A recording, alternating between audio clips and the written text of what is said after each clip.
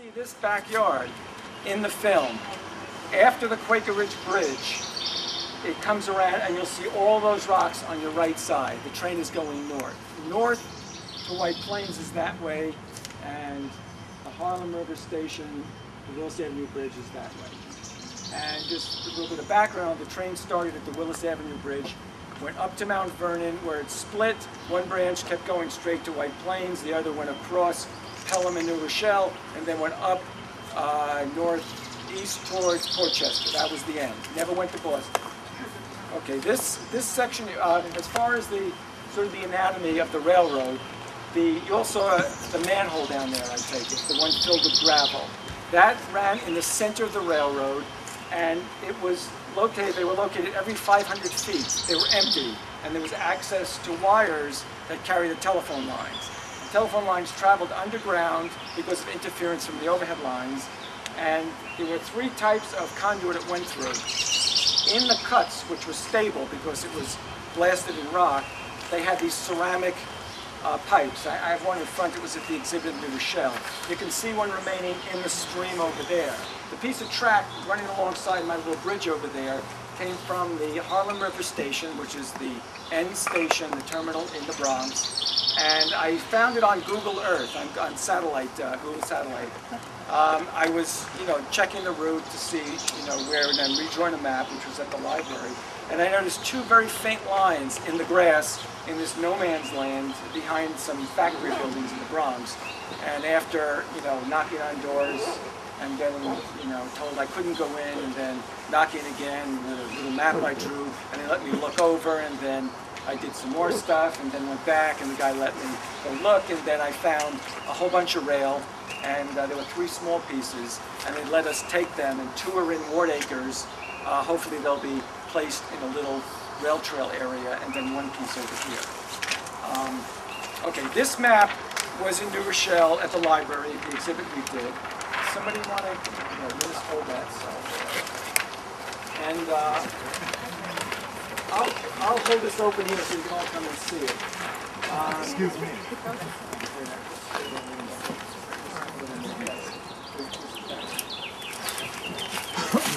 We are right over here. This is tower number 211. They're all numbered. And some of the old photographs of the railroad, you can actually read the numbers in the photograph on the steel towers. The steel towers were mounted to concrete foundations. They went up, over, and down. It's called a bridge. And that held the overhead wires, just like New Haven Railroad right now. Okay, this Ward Acres is right here. The building off Broadfield, which is over here, is called Dickerman's Siding. That was where Mr. Dickerman loaded his racehorses that he raised in his farm over here. So Broadfield, which is next to these over there, and then this cut is that way, and then we come to number 211, which is that tower there. So we're standing just a little bit over here. Now the bridges for the Catenary were 300 feet apart. So I took a tape measure from there, and I went 300, and at 301 feet I found the next one on my neighbor's property. We were allowed to walk up for a bit, so we'll see how many it is. Now this, going south, this is the Quaker Ridge Bridge, which obviously doesn't exist now, but there's a bridge here, and in the film we'll see the train goes underneath the Quaker Ridge Bridge, so when you hear Roger announce Quaker Ridge Bridge, you'll know that the next scene will be these rocks. And then traveling further south, here's the Waikiki area. This is North Avenue. The Waikiki station is here. We're going to drive past that today on the way to the next stop. And here's the station, and then we continue towards the Nature Study Woods. Over here, this is Webster Avenue, and we're going to be driving through here, which would have gone underneath the tracks. There are walls on either side, low walls. They don't have a high abutment walls, but low walls still remain. And if you spot them, the key to finding these walls is they always have a cap. You see the wall there? There's a wider cap on top of it. And it's usually cracked and, flaking a bit. So, you get that character. You see them on Stratton Road. Eventually you get radar. Okay, so So we've got the manhole, which will be empty, no gravel in it, every 500 feet. The foundations for the catenary towers every 300 feet. That means every 1,500 feet, they're both in the same place. So I'm lucky that we've got here both those structures together. At this tower there were signals there, and I found broken signal glass. And I did locate a photo from a guy in Florida who bought some negatives. I asked him to send me all pictures between Quaker Ridge and Whitekill, which that's what we're between, Whitekill Station and Quaker Ridge Station. He sent me about 5 pictures, and that's the picture. Did you all see the picture, the photo over there? And if you look up, you can see this big rock with the overhang. You can see that picture in the...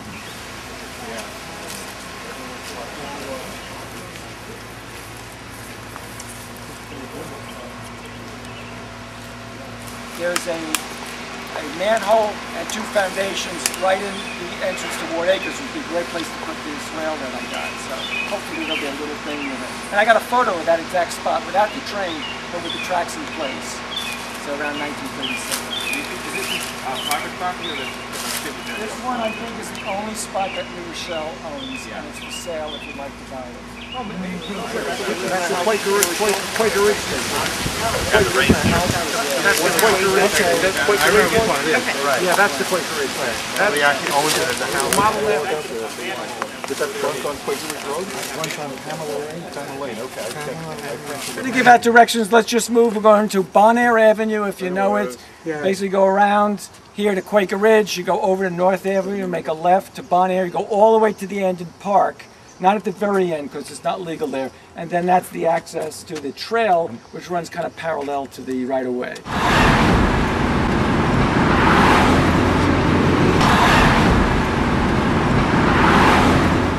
So we're at the end of Bon Air.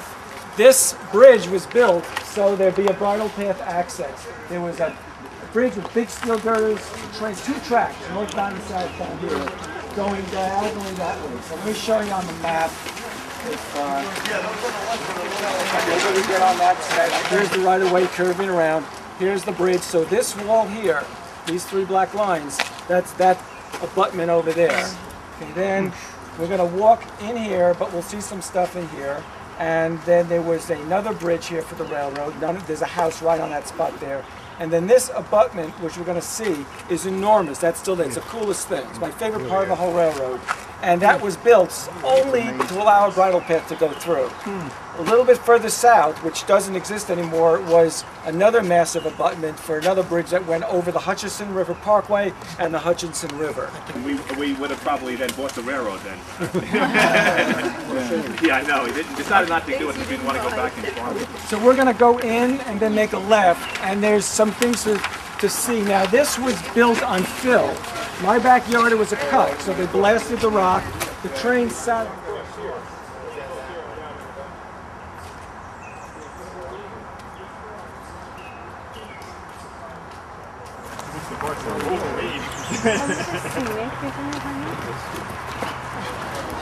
Hey.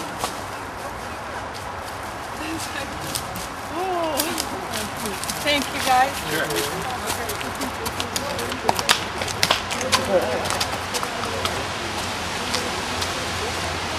Now, if you look straight ahead, in between the trees, we have to move. There's a foundation for one of the Catenary towers. You could probably figure out the number from the map.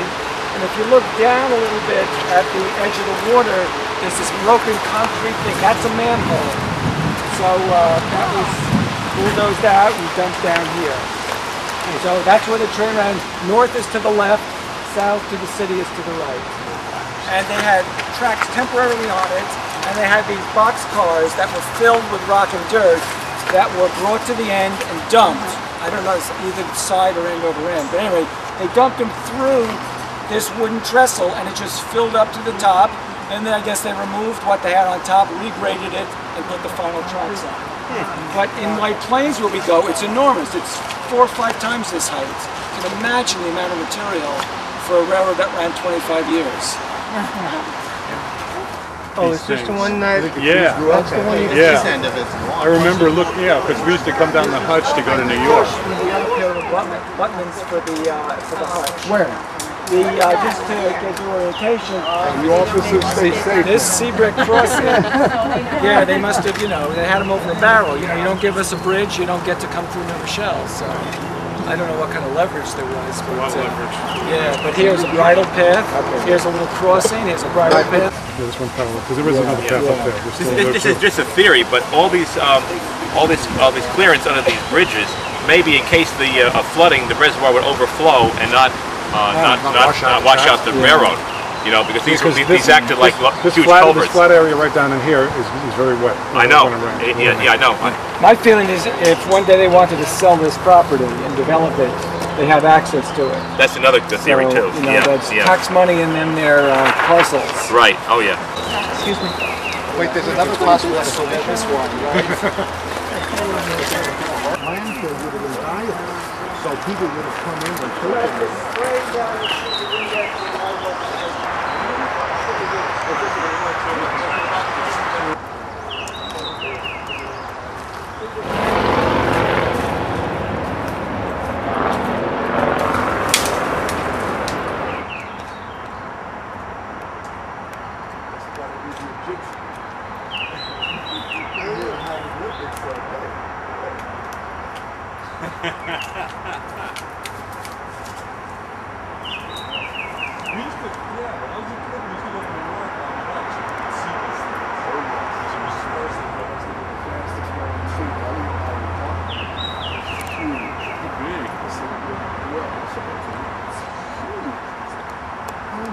This thing grow since 37 or whatever. Yeah.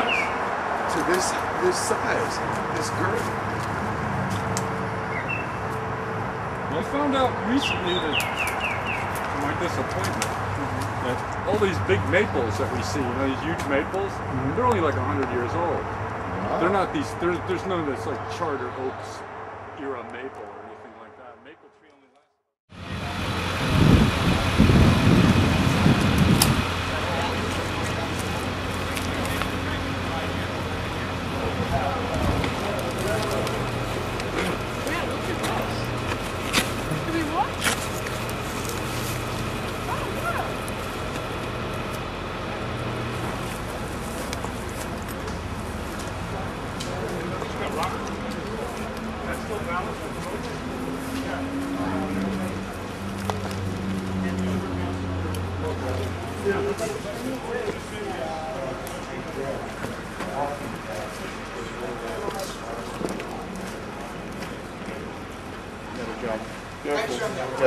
Very much.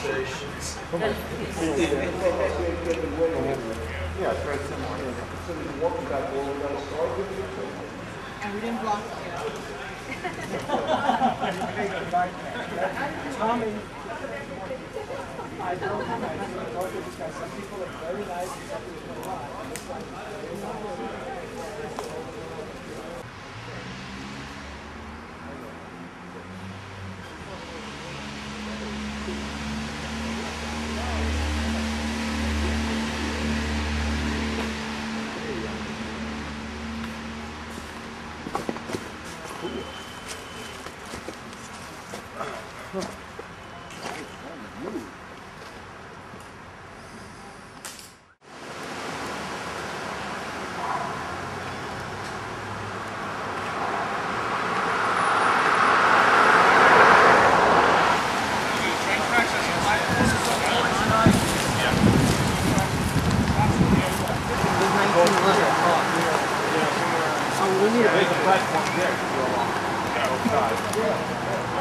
Okay.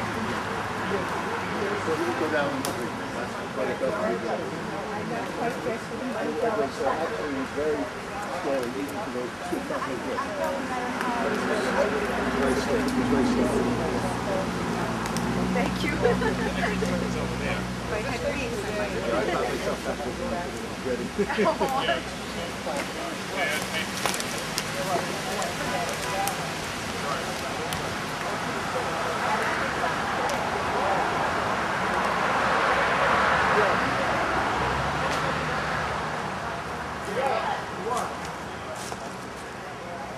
Probably the staircase coming up. Yeah.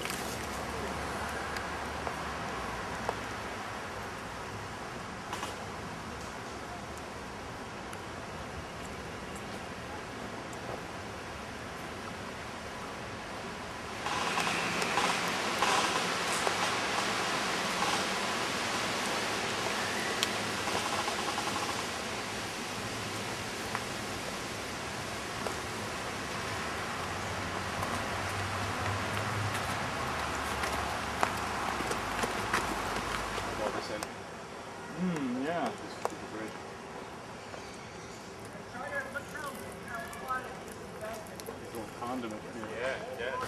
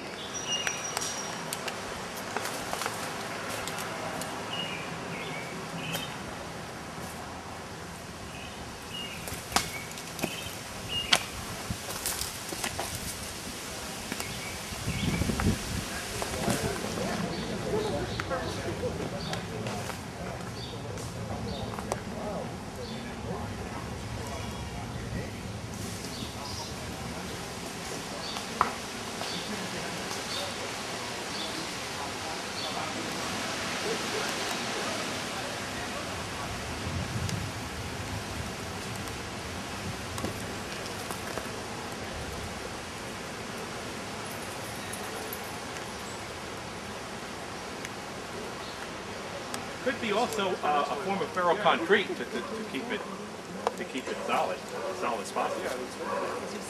Yeah, we have to look at some pictures. I think if we saw the photographs. No, you know, that might have been buried. But I'm just wondering since It actually going down into the ground. Yeah. if they had cross connectors, you know.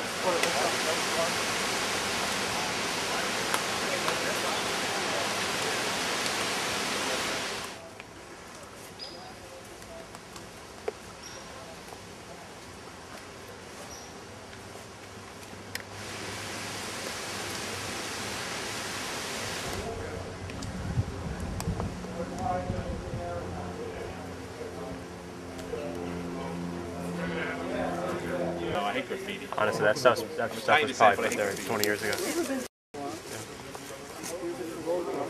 Not yet. I've been close. Population there too. So graffiti like this didn't start here? I'm not blaming the immigrant population, but a lot of people were out of work.